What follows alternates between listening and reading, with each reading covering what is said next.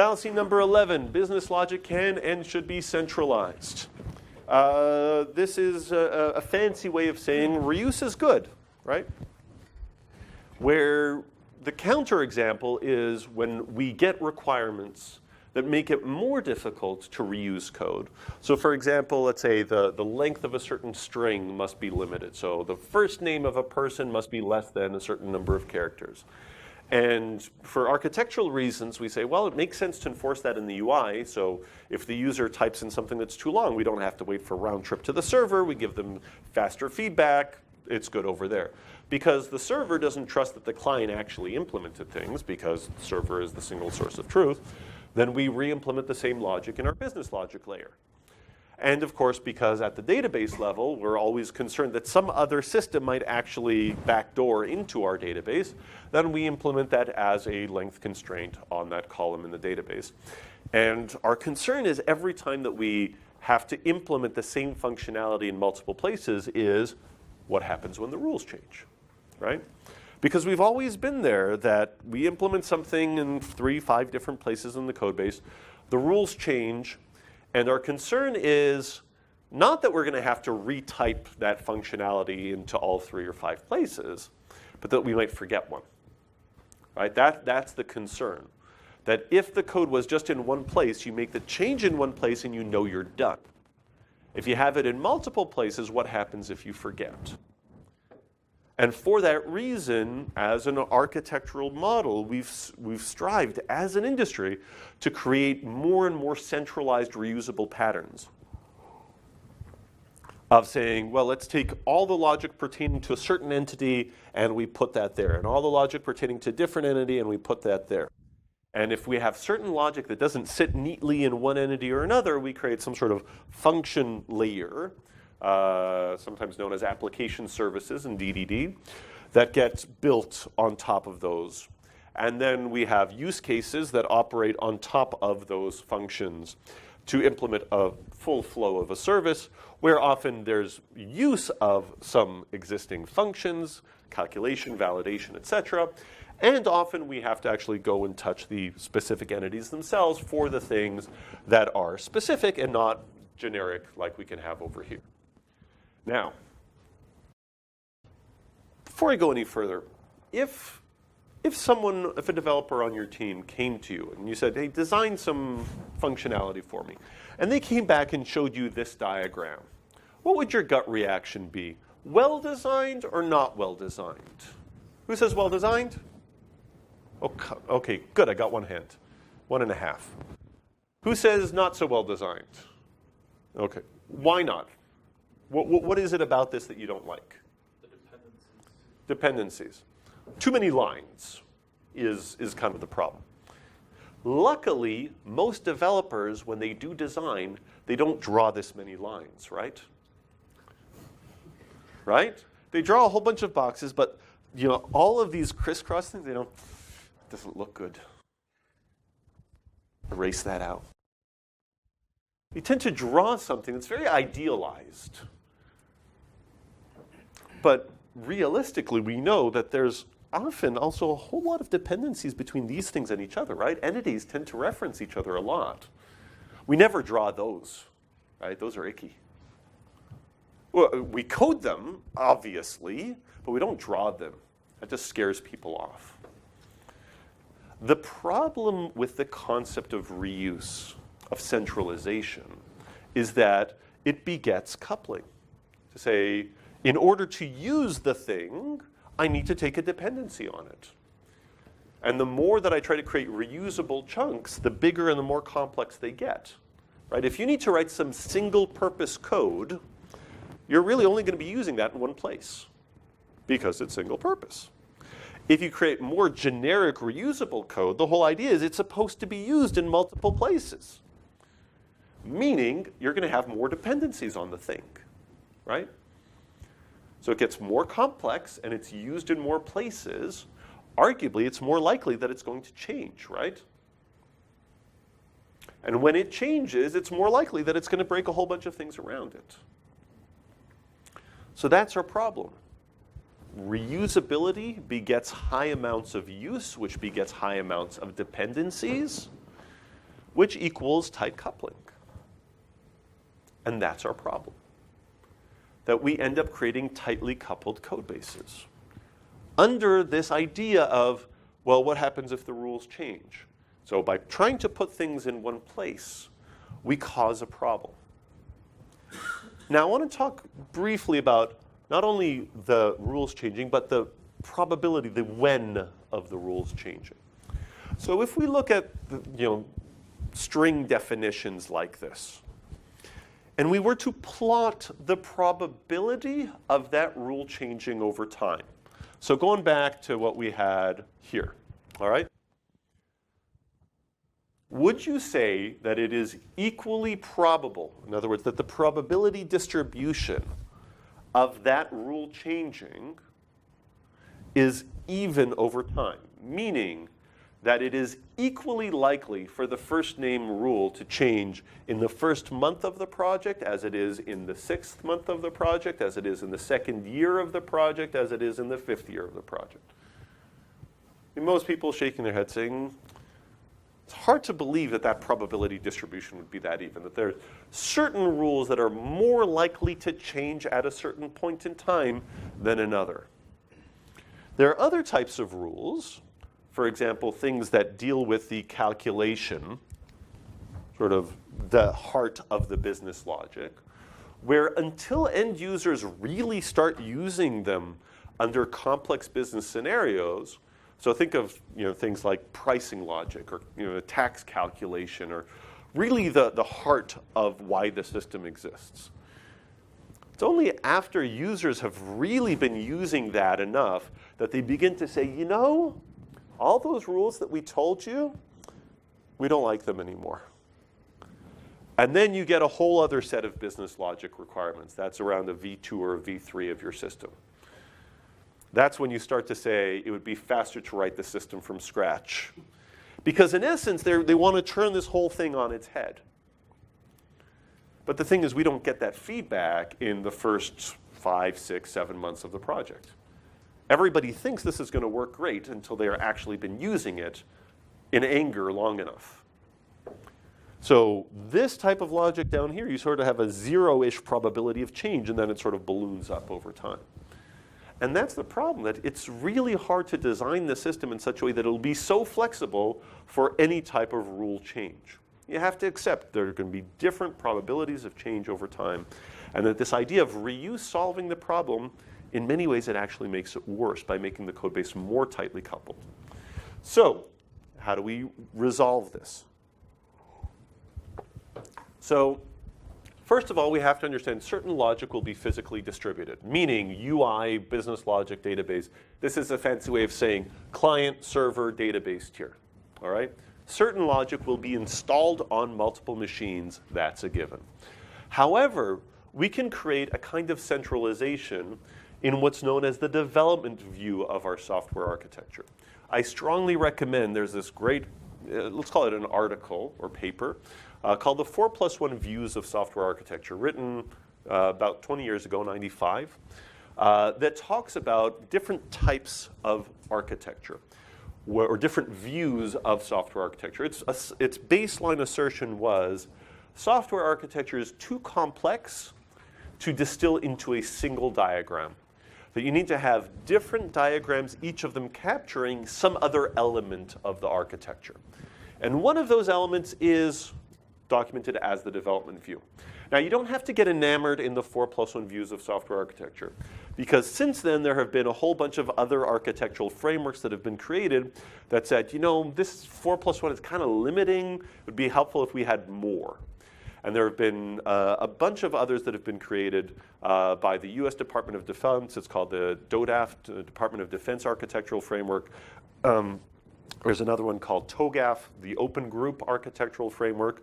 I think DODAF has 36 views and TOGAF has 45 views. It's ridiculous, okay? The issue is not that you need 30, 40 views on your software architecture, but the important thing is that you recognize that architecture requires more than one view on it. So let's talk a little bit about this development view for just a second. Imagine if you could tag your source code by the feature that was implemented. So that when the business says first name must be less than 40 characters, that requirement could be captured in some system. Let's say that's requirement number 40, for argument's sake. And that all of the code that ended up being written in support of that feature could be connected to that number 40. So when the business comes to us and says, I want to change rule 40, we could come to this system and see, oh, what was the code that actually was touched as a part of building that feature to begin with? This is known as traceability, being able to connect what happens in terms of our source code into the requirements. The great thing is, if we had that, would it really matter if the source code was in multiple files? If we had a system that we were disciplined around its use, I don't want to skip that part, where we could find those 3 files, the .javascript, .c#, .sql files. And in there we could see the specific line numbers to say that is what implements feature number 40. Then making the change could be simple. We wouldn't have to worry about reusing code so much. Because reusing code solves the problem of how do you find which code needs to change. But if this allows us to find the code which needs to change, then maybe we don't need to reuse so much. Now, to illustrate this point, we've created a small little demo, and you can go to this URL, and you have it in your files over there, that talks about a multi-dimensional view of software. I'm going to go into that really quickly now, just to illustrate this point, because my guess is you're looking at this saying, oh my, I have no idea what something like that would look like. Who here has used GitHub before? GitHub? Okay, a bunch of you. Okay, so there's a different URL in the book? Okay, then that's a redirect to this one. Yep. Don't have to worry about that. All right, so let me go into that URL here. And switching screens. Duplicate. Wonderful. All right.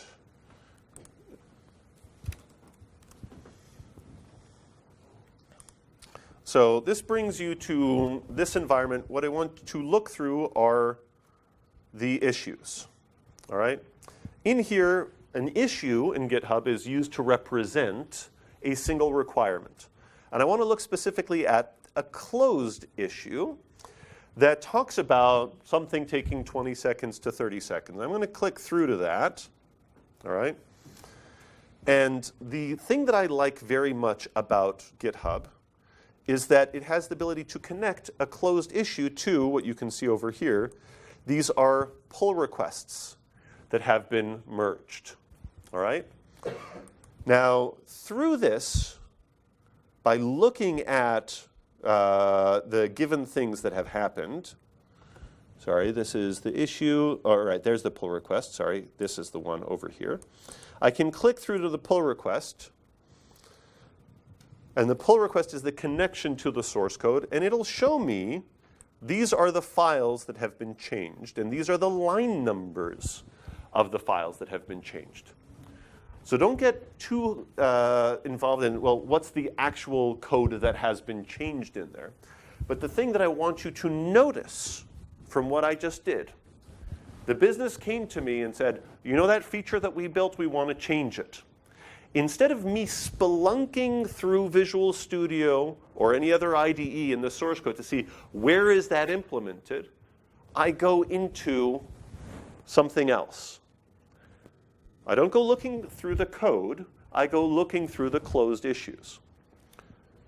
And hopefully, if I've been diligent around naming my issues well, I should be able to find that relatively easily.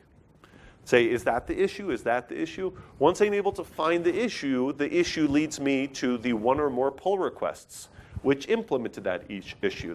Each one of those pull requests leads me to the files and the specific line numbers that make that up. So that when I need to go and make a change, oh, okay, these are the 2 files that I need to go into. I make the change, and I'm done. In essence, I get the benefit of reuse, meaning go to one place and find all of the code that needs to be touched, without necessarily creating the dependencies of having a single class or a single software artifact that everything depends on it. In essence, I create centralization in the development view of my architecture rather than in my class diagrams. Yeah, I'm just thinking that you tag your code with the first case that you solve. Mm-hmm. Then there could be many other cases that are using the same code. They're Mm-hmm. not, they're not tagged with those cases. Mm-hmm. It's just the first case. Right. So how do you know that it also is used by, we use this code to solve this case and the other case and so on, and it's just Right. tagged with the first one? Right. So the question is, how do we know what else is impacted by this code, right? So I want to start from our original assertion that if we create single-purpose code, right, then we end up with a lot of single-purpose code. And then our concern is, well, we have some amount of duplication, right? And then how do we navigate that duplication when the rules change? Our solution in the past was create reusable code, create code that is used to handle multiple scenarios. What if we didn't do that? What if this code was only meant to solve that specific set of functionality?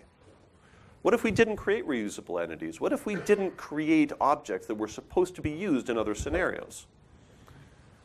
What if every piece of code was single purpose? Now, I know at this point I'm saying I have no idea what something like that would look like. Okay, we'll get there. But what other pieces, what other functionality can be influenced by this code, those are actually questions that we're pretty good at solving today, right? By looking at, well, what code calls this code, right? So we can we can sort of reverse engineer out saying, given that I know what is all the code that needs to be touched, I can find out what other things reference that. So our concern around replication and duplication that created the reuse to begin with was not about well, how do I find what other things are going to be affected, but how do I reduce the duplication, okay? In this model, we don't need to reduce duplication as much, so we shouldn't create as reusable pieces of code. Therefore, there shouldn't be as many other things that depend on them.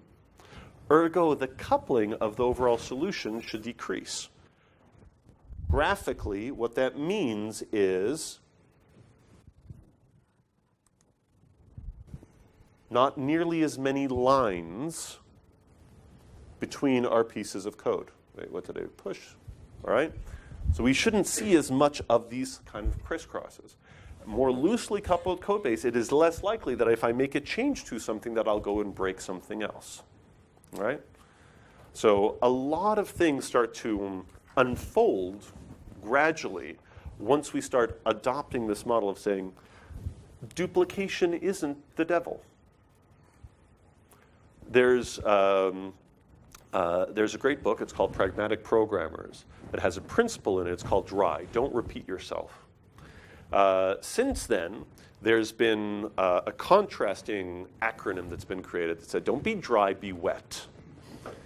Wet meaning write everything twice. There are a number of reasons for that. I'll state, no, I won't get into that now. But duplication is not evil. As you can see, we now have tools to enable us to navigate code-level duplication through development view centralization. GitHub is a fairly commonly used environment today, and there are also many other equivalent environments.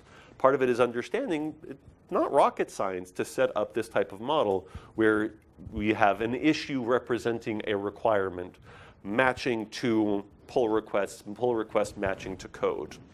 And that if we get into the habit of using that repeatedly, then in essence we're building up our source control architecture as we go. So the development view that we're talking about over here, you can think of that as your source control architecture. And that we don't often consider what happens in source control as architecturally significant as what happens in the code itself. Now, when the DRY principle was created and when a lot of the ideas around reuse were formed, as an industry, source control was very undeveloped. It was very weak, so it wasn't something that was thought of as being architecturally significant. Today we have tools that allow us to think of, well, actually taking care of our issues and the pull requests and the commit log and all those types of things, that is architecture. And there are certain things, getting back to the leverage story that we talked about before, that this type of architecture is better suited for solving business logic problems than duplication, than the concept of reuse. So if all you have is text files and a file system, then yeah, you'll reuse. Once you have more degrees of freedom, then you say, actually, it's better to come at it this way. Okay?